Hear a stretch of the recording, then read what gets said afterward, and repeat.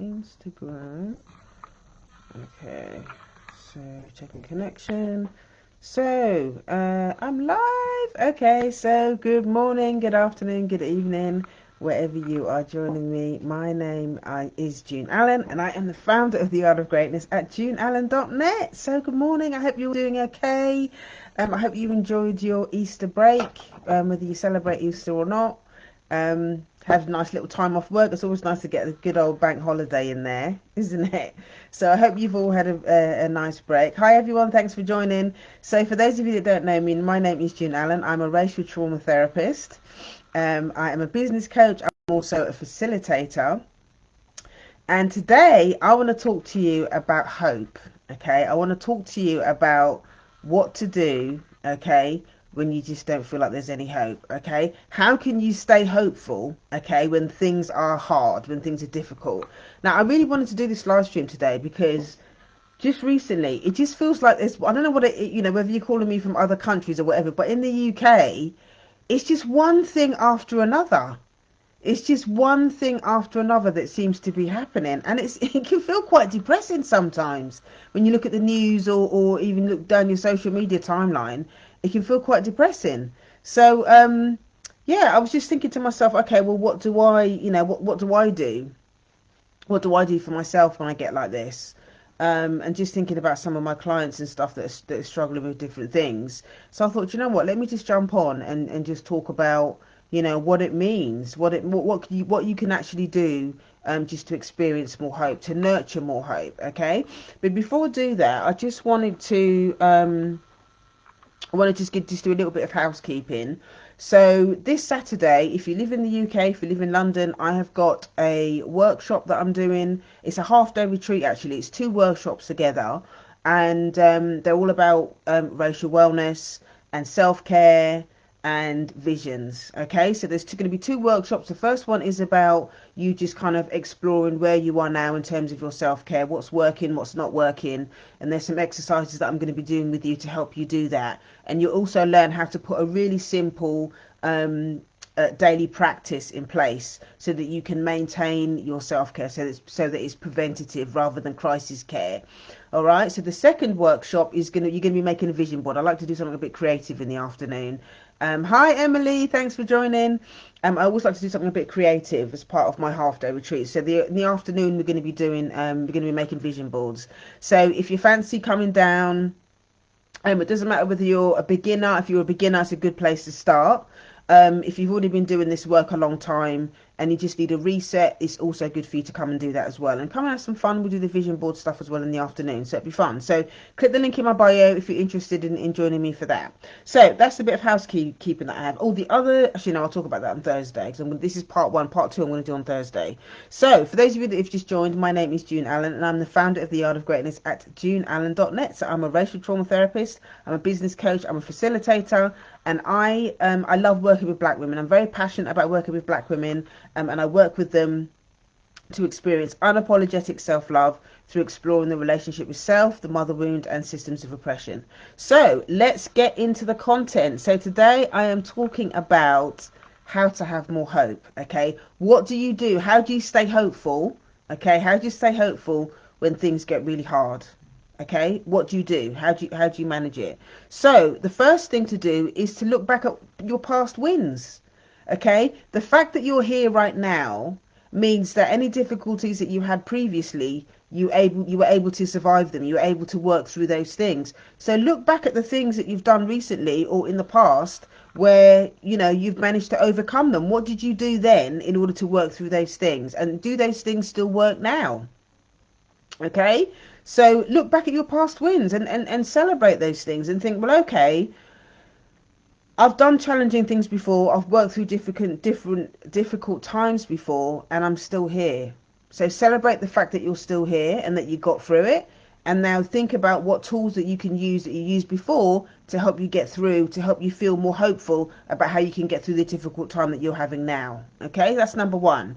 Number two is to filter what you're eating. Okay, and I mean that physically, spiritually, emotionally, psychologically. Filter what you're actually ingesting, what you're eating. So yes, you can look at food, okay, because if you eat loads of rubbish, It's going to make you feel like rubbish. Okay, sometimes it can be counterproductive, because when you don't feel very hopeful, if you're feeling quite low, the first thing that that a lot of us do is reach for the sugar. Myself included. I can be in that camp as well.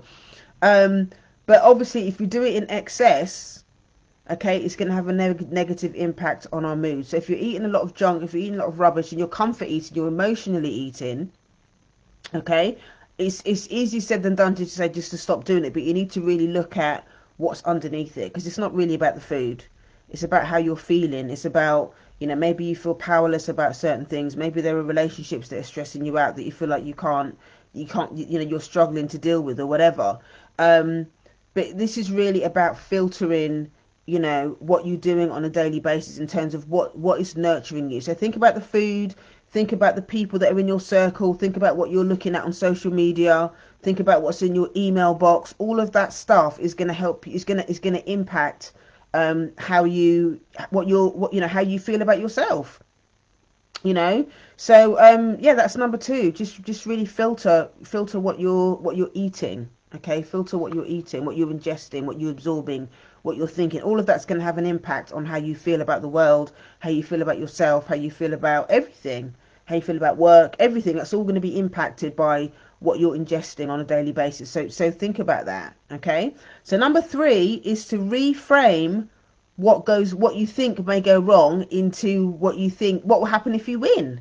Okay, a lot of times our brain is wired to help us survive. So we're always going to default to the worst case scenario. What about if it goes wrong? What about if I fail? What about if she does this? What about if he does that? What about if I get it wrong? What about Our brain is wired to always give us the worst case scenario, so that we survive, so that we can cope with things. But in order to be more hopeful, you also have to think about, well, what about if it does work? Ask yourself that. What about if it does work? What about if it's okay?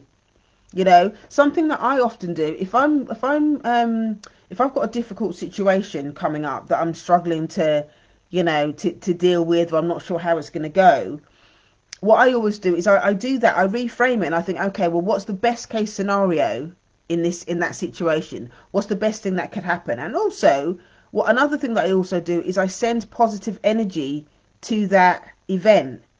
If it's a relationship, if I've got to have a difficult conversation with somebody, if it's something that if it's a presentation that I have to do that was uncomfortable, or whatever it is, I always send positive energy to that person and to the event before it actually happens. And then by the time and also I ask my ancestors. I bring spirituality into it. I ask my higher power. I ask my ancestors, look, what is the best? First of all, if is me doing this particular thing, is it the right thing for me to be? Is it in alignment with what my higher power wants for me? Okay, is it in alignment with what God, Goddess, my art? I like to stay in balance around my art. Is it in alignment with my art? Okay, and if it does feel like it's in alignment, then I ask my higher power, I ask my art, I ask my ancestors, show me how to do this thing to the best of my ability. Let me be a vessel. Okay, let me learn whatever lesson I need to learn. Let me be a vessel for service, or whatever it is. And it just takes the pressure out of it. It takes the stress out of it when I bring in my ancestors, when I bring in the spirituality part of it. Okay, so then in my head I'm less thinking, oh my God, what will happen if it goes wrong, to, okay, well, I'm not on my own, because spiritually it feels like my higher power's with me. And I'm not sort of catastrophizing about it. And there's always something that I'm going to learn. No matter what the situation is, I'm always going to learn something. I'm always going to learn something. All right. So that's number three. Number four is, and it kind of in alignment with what I've just talking about. There's never any, if there is anything that you do and it goes wrong, okay, you've not failed. Okay. It's an opportunity to get really good feedback. Okay, there's always a lesson. There's always, I think it was Nelson Mandela that says, there's no such thing as failure. You either win or you learn. Okay, you either win or you learn. So, when something goes wrong, or if it doesn't go the way that you want it to, it's not an opportunity to kind of beat yourself up, because that's not going to help you move forward. It's not going to help you move forward. Sometimes we can beat ourselves up over things, and then, when we do that, we end up not we then use that as an excuse to kind of stay in the cave or go back in the cave, because we think, oh my God, see, I was right, catastrophizing about it. It's never going to go right. Something's going to go wrong again if I try it, and all the rest of it. And you never learn anything, and you end up staying in the cave, and you never really take risk, and you're not going to grow if you don't take emotional risks. You have to take emotional risks. Okay. So if you do fail at anything, and I hate using that word, if there's anything I would say that doesn't go to the way that you think it should, always think about the lesson. What's the feedback? What's the lesson? What's the, and every time you do something like that, you're going to learn something. That's an important part of growing up. That's an important part of getting older. That's an important part of, you build your reps, you build your resilience when you do things that, that are might not necessarily have worked for you, that might have been difficult and challenging. That's how you build resilience. Okay. So it's all feedback. It's all learning. It's all growth. Okay. So don't be in a hurry to beat yourself up if something doesn't go the way that you want it to. Okay. There's always something that you can learn from it. Okay, and the last one I'm going to talk about in this series, in this part 2, I'm going to do on Thursday. Okay, I love this one. You borrow hope from somebody else. Okay, if you're struggling to feel or experience hope for yourself, you borrow hope from somebody else. So what does that mean? That means being part of a group, being part of an organization, being part of a tribe, being part of a village. And that means, what are your friends like? Are your friends, are you inspired by your friends? Okay, are you inspired by people they're going to be able to help you? One of the reasons that I've been in recovery so long, so for those of you that don't know, I've been in 12-step recovery for since 2009. I've done loads of different fellowships, but one of the reasons why going to recovery meetings is so helpful is because when you're feeling like shit, you can go to a meeting and you'll always get hope that you'll always, somebody will share something, or you'll hear something in one of the readings that you didn't really hear before, or maybe there's somebody doing it's a speaking meeting where somebody's sharing their story or something like that. I always get some sort of hope from listening to other people's stories. Okay, so if you're struggling with hope, if you're struggling with feeling any sort of type of hope towards the future, or in your confidence, or whatever it is, find a space where you can get inspired by somebody else, because it's always going to make you feel better. It's always going to make you feel better if you do that. Borrow hope from somebody else. So find yourself a group, whether it's a recovery group, or I have my group as well. I have my membership that happens on a Thursday. At the moment, we're working on financial therapy. And this week it's an open session this week. So we come together, we read out the 12 spiritual laws of abundance, and the ladies get to share on whatever's going on for them. It might be stuff that's going on currently in the news, stuff that's getting on their nerves, something that they're struggling with, so they can ask questions and all the rest of it. Hey Amina, how are you? I hope you're good. So yeah, the Thursday we do the financial therapy sessions, and they come and get inspired. They come and get inspired by each other.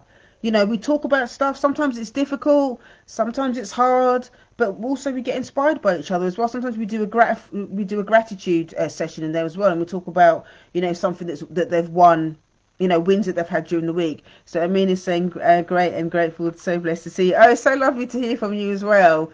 Yeah, I'm going to message you about something actually. I just remembered something that I need to message you about. But anyway, I'll message you after. But it's just lovely being in a group and getting inspired by other people, and it just gives you feel less isolated, and it gives you an opportunity to really connect with other people. So find your tribe and borrow some hope from somebody else. Okay, so those are the first 5 things, okay, that I've talked about today. These are 5 things that you can do, okay, if you're struggling with hope, okay, and you're just not feeling hopeful. Things are hard, and you're feeling that everything's gone to shit. What you're doing with your life or whatever. Those are 5 things that you can do. So I'll just quickly recap. Number 1, look at your past wins.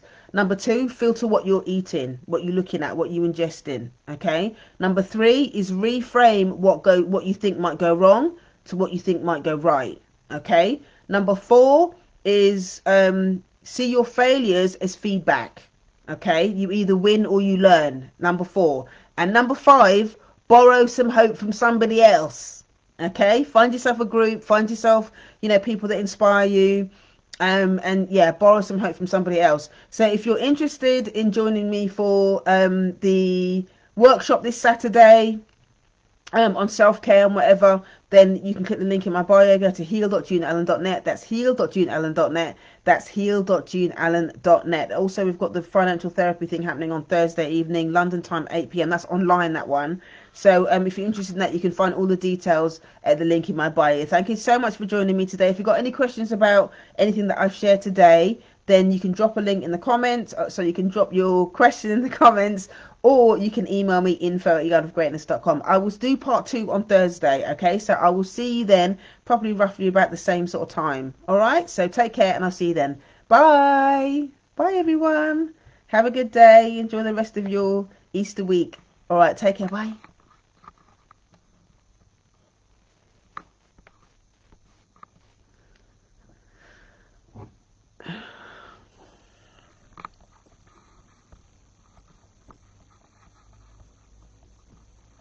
I have to stay hopeful, and it's hard.